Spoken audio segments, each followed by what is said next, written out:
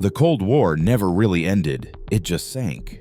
Off the coast of Russia lies a nuclear submarine graveyard, a chilling collection of Soviet power. For 30 years, the ocean has been eating away at these metal giants. But a recent investigation just uncovered a horrifying truth. Experts analyzing the wrecks found something inside that should have been removed decades ago. It's a terrifying discovery that was never meant to be found, and it proves that this underwater boneyard is far more dangerous than anyone ever imagined. You won't believe what's lurking inside. The Pacific Fleet's dark secret. During the height of the Cold War, the Soviet Union went all in. It invested staggering amounts of money and resources into its nuclear submarine fleet. The goal was simple: project power across every ocean on Earth and hold a credible nuclear threat against the West. You see, by the late 1980s, the Soviet Navy was a behemoth, operating hundreds of submarines. These weren't just simple boats. They were underwater cities of destruction. We're talking ballistic missile submarines, silent attack submarines, and massive multi-purpose vessels. These underwater hunters were built in a frantic rush, often at multiple shipyards at the same time, from the frozen shores of the Kola Peninsula near Murmansk to the far eastern ports of Vladivostok and Petropavlovsk. The fleet was, to put it mildly, absolutely massive. Some classes, like the legendary Typhoon class, were the largest submarines ever built. These leviathans measured over 570 feet long. That's longer than the Washington Monument is tall, or nearly the length of 2 football fields.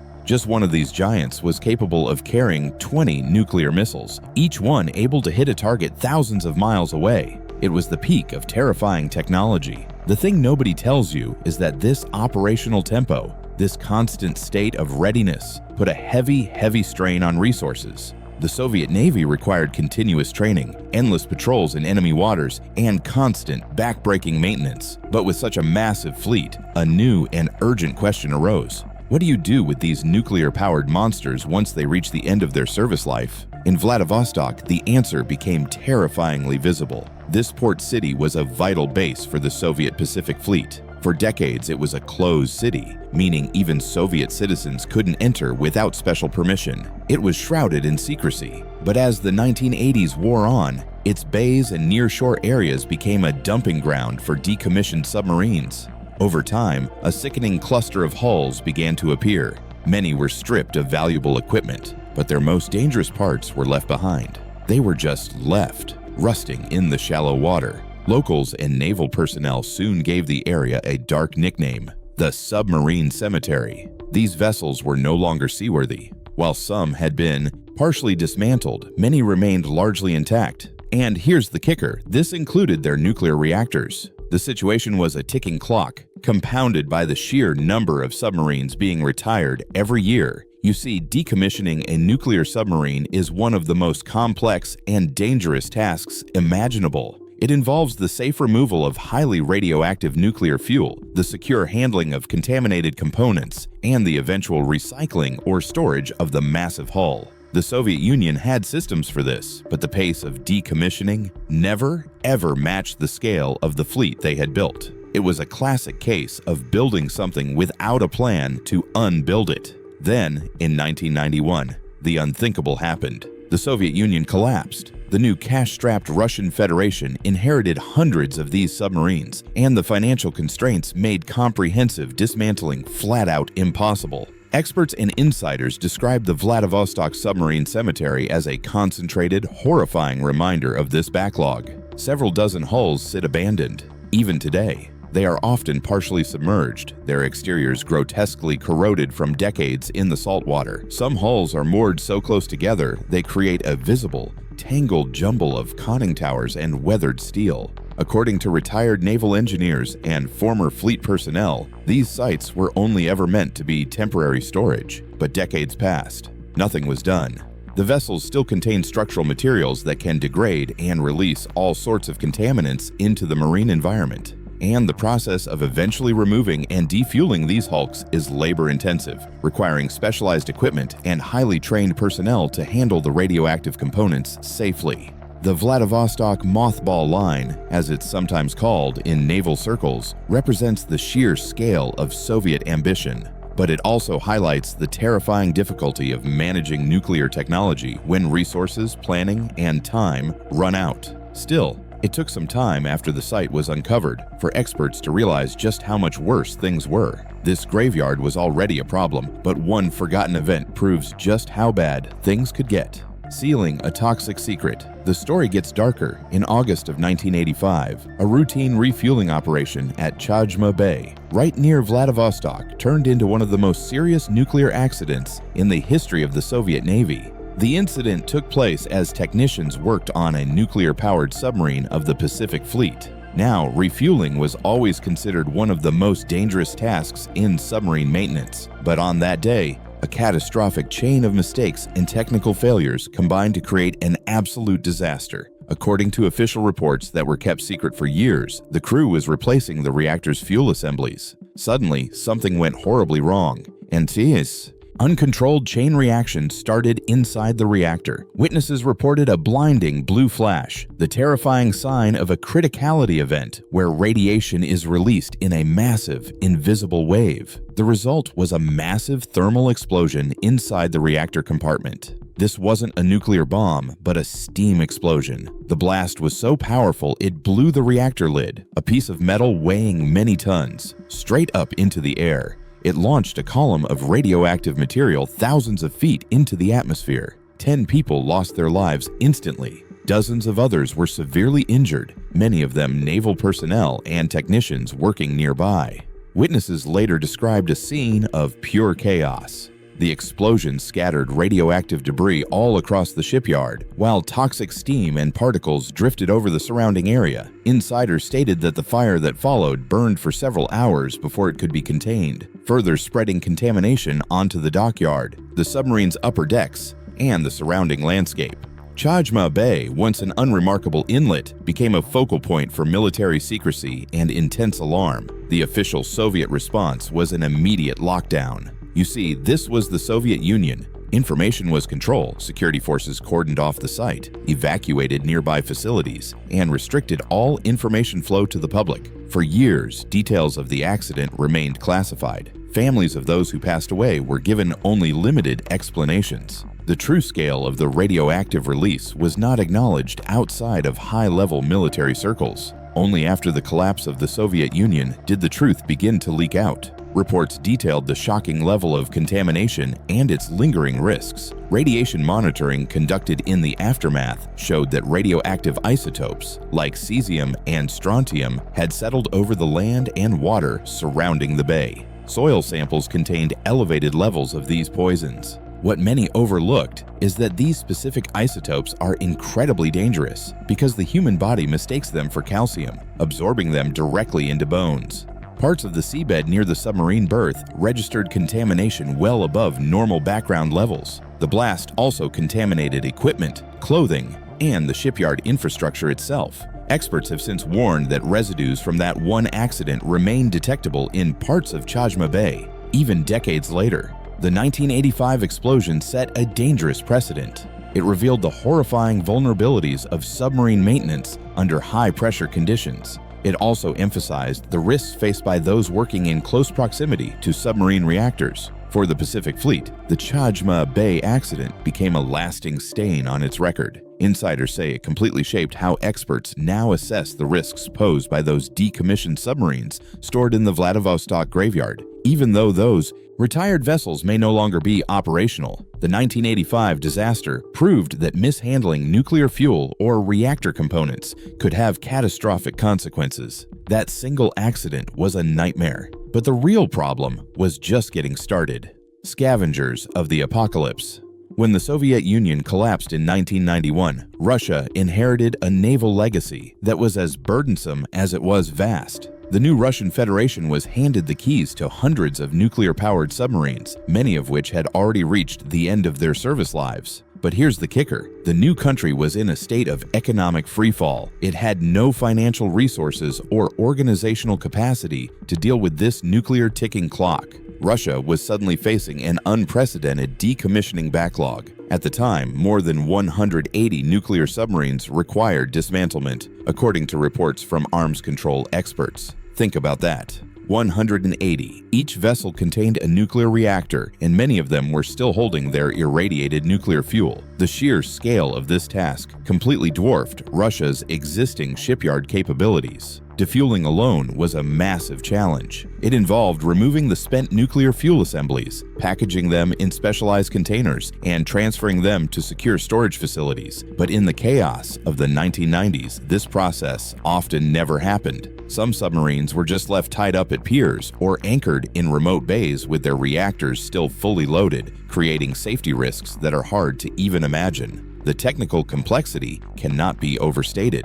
Unlike a normal ship, nuclear submarines contain highly radioactive reactor compartments. These must be physically cut out of the submarine, shielded in heavy steel, and placed in long-term storage. This requires massive dry docks, heavy lifting cranes, and specialized shielding equipment, all of which were in limited supply. Compounding the issue was the near-total collapse of Russia's economy. Funding for the Navy, let alone decommissioning, was inconsistent and totally insufficient. According to insiders who worked in those shipyards, some submarines remained afloat for years in a partially dismantled state, their hulls cut open but their reactors untouched. Others were stripped of useful equipment by scavengers, but otherwise left intact, just waiting for a day when the government could find the money to finish the job. This is when things got really weird. Locals, known as stalkers, would sneak into the shipyards and the graveyard. They would rip out cables and non-ferrous metals to sell on the black market, completely unaware that they were exposing themselves to dangerous levels of radiation.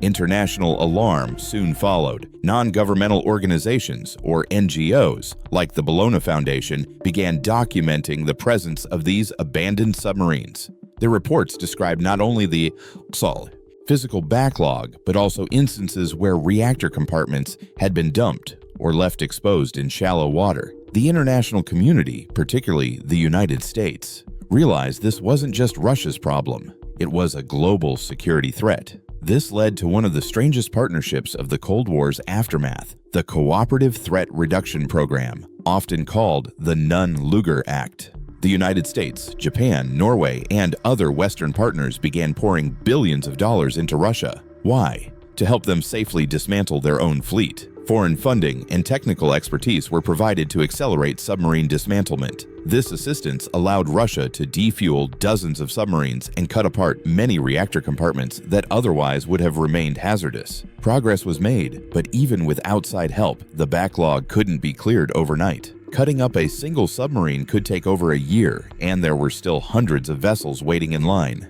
International help slowed the crisis, but what experts found next proved the worst fears were true. Reactor in the rust. For years, there were whispers about the abandoned hulks sitting just outside Vladivostok, but it wasn't until new surveys and published investigations pulled the curtain back that the real scale of the problem was fully confirmed. This is when experts uncovered the true, terrifying nature of the abandoned Soviet nuclear graveyard, and it's so much worse than you think. What was revealed were dozens of rusting submarine hulls clustered in shallow bays. Some were tied loosely to piers, others half-submerged, many bearing the scars of decades in saltwater. This was the submarine cemetery. But this is far from the end of the story. According to insiders who studied the site, the surveys revealed a horrifying fact. Several of the hulks in that graveyard still contained their reactor compartments, and in some cases, the spent nuclear fuel assemblies had never been removed. Let that sink in.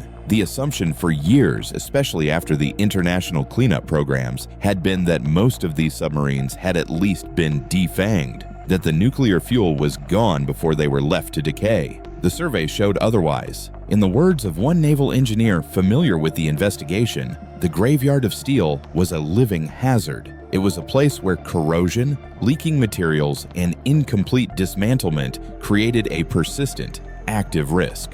Now, get this. Experts pointed out that the dangers were not limited to Vladivostok.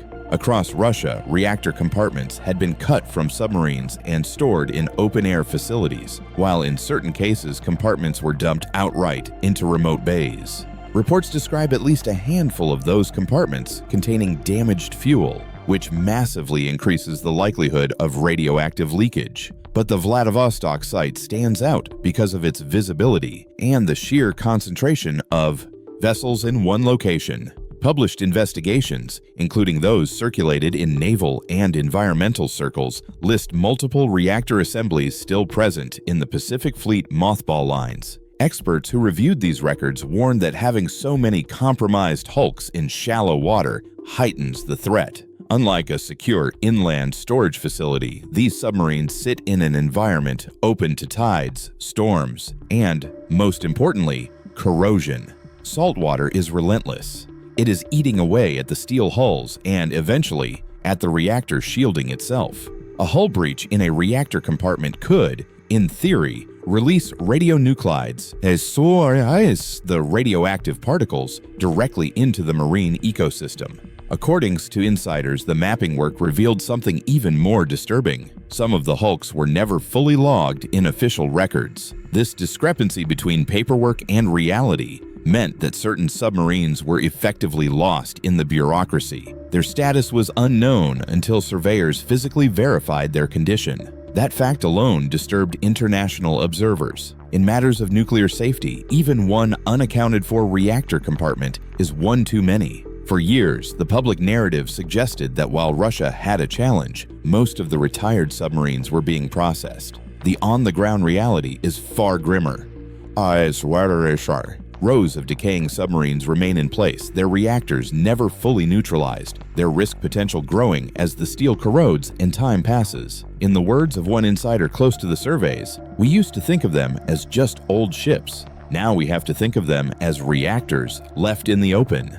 That shift in perception explains why this story is so terrifying. The discovery was horrifying, but the political reaction and the long-term math are even worse. An unseen threat to millions. The reports from Vladivostok did not stay hidden for long. Once evidence of the submarine graveyard and its active risks was shared, regional authorities were forced into action. Radiation monitoring teams were dispatched, setting up checkpoints along the coastline. Early readings were not catastrophic, but they pointed to elevated levels of contamination in sediment and seawater samples. According to insiders, this information was carefully worded. Local officials stressed that there was no immediate danger, while quietly acknowledging that continued exposure could not be ignored. Local NGOs quickly filled the gap. Environmental groups began their own independent surveys, comparing their numbers to the government's official statements. Their findings aligned on one critical point. The danger was not theoretical. Fishermen and coastal residents were already in contact with the contaminated waters.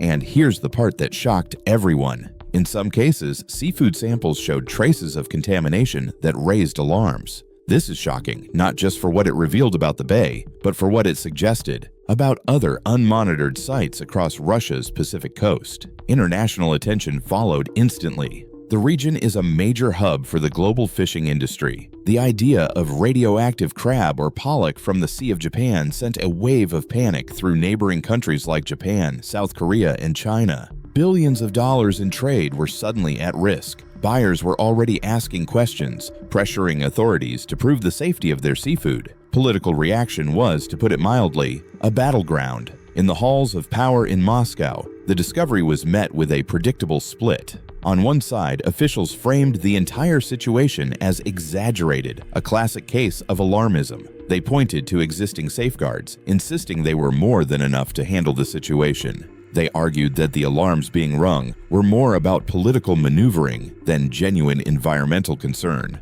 But on the other side, a growing chorus argued openly that the cost of ignoring this ticking clock was terrifyingly higher than the price of accelerated remediation. They saw the official reassurances as a dangerous head-in-the-sand policy, one that prioritized short-term budgets over long-term survival, because what lies beneath the surface isn't just a cluster of rusting, forgotten hulls. It's a radiological time bomb, a problem measured not in years but in decades. The biggest challenge, as insiders privately admit, is that the hazard is both completely invisible and relentlessly cumulative. This isn't like a sudden dramatic accident, a Chernobyl or a Fukushima, that captures the world's attention. Instead, radiation from these decaying hulks leaks slowly, seeping into the seabed sediment, dissolving into the seawater, and, most chillingly, working its way up the marine food chain. It's a silent contamination. The plankton absorb it, the fish eat the plankton, and larger predators eat the fish. Each year of bureaucratic delay and political infighting compounds the risk, concentrating the poison. And here's the part nobody likes to talk about. This poison has a terrifyingly long life. We're not talking about a chemical spill that dissipates. We are talking about deadly radioisotopes. Take cesium-137, which has a half-life of 30 years, or strontium-90, which is just as persistent. A half-life of 30 years means that even contamination from the 1980s, from the height of the Cold War, is still half as potent and just as dangerous as it was the day it leaked. This poison doesn't break down, it simply endures. The strontium-90 mimics calcium, lodging itself in the bones of fish and, potentially, anyone who eats them.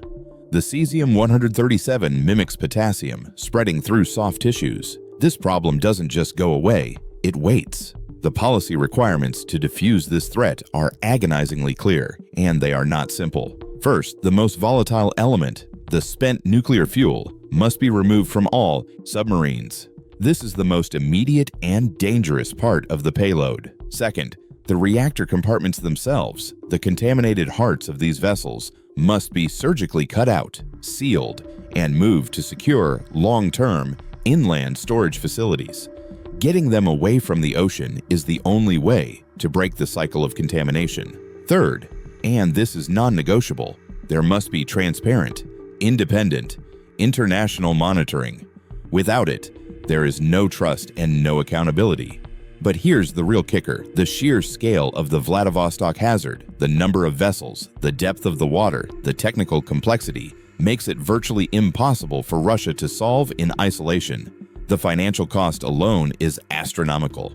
Just like in the 1990s, renewed international cooperation is absolutely essential. Insiders are quick to stress that this isn't about charity, it's about raw self-protection. The currents in the Pacific Ocean do not respect national borders. The fish that spawn in these contaminated waters migrate across the entire ocean basin. This isn't just Russia's problem, it's a problem for anyone who relies on the Pacific. The long-term consequences of Vladivostok's underwater submarine cemetery are undeniable. What must happen next is equally painfully clear. The only question is whether authorities will choose to act decisively or, once again, fall back on delay and denial. The lesson from every past nuclear cleanup is brutally simple. Once the structural deterioration of these sunken reactors reaches a certain tipping point, no amount of money can reverse the damage. The containment will be breached and the poison will be out for good. The choice is stark. Pay the price for a solution now, or pay an infinitely higher price for a catastrophe later. The danger in Vladivostok is still there, rusting in the water. Will this ticking time bomb ever be defused, or is it already too late? Let us know your thoughts in the comments. Don't forget to like and subscribe for more hidden stories.